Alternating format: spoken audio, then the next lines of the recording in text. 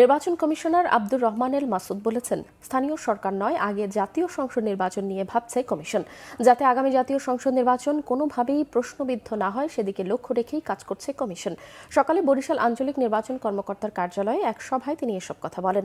নির্বাচন কমিশনার আরও বলেন, জনগণের কাছে সুষ্ঠু ভোট উপহার দিতে কমিশন প্রতিজ্ঞাবদ্ধ। এই জন্য নির্ভুল ভোটার তালিকা হালনাগাদ কার্যক্রম সম্পন্ন করতে মাঠ পর্যায়ে কর্মকর্তাদের নানা দিক নির্দেশনাও দেওয়া হয়েছে। ভুয়া ভোটার থাকলে প্রমাণ সাপেক্ষে বাতিল এবং সবাইকে যথাযথ তথ্য সহায়তার আহ্বানও জানান নির্বাচন কমিশনার। এতদিন ভোট সম্পর্কে যে মানুষের মধ্যে যে অনীহা ছিল বা এতটা মনোযোগ ছিল না, গ্রহণযোগ্যতার প্রশ্নবিদ্ধ ছিল, আমরা সেই জায়গা থেকে উত্তরণ ঘটিয়ে একটা সঠিক, সুন্দর, মানুষের কাছে গ্রহণযোগ্য একটা নির্বাচন দেওয়ার জন্য প্রতিশ্রুতিবদ্ধ। সমস্ত কর্মীরা অলরেডি চলে গিয়েছেন।